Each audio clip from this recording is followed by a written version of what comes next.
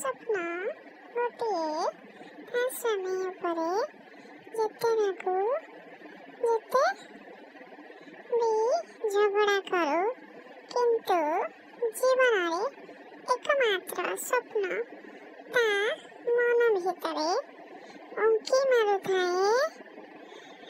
अह्य डेंगुरा बजाई नाली साड़ी पिंधि मथारे सिंदूर हाथरे शंखा और पादरे अलता नाई नाली ठुकु ठुकु साधव बहु परी साजी स्वामी कोଳରେ मथा रखी मशाणी जाओ बोली।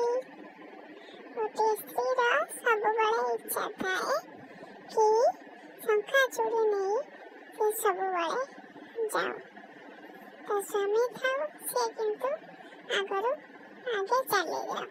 एटा होची सब स्त्री मानकर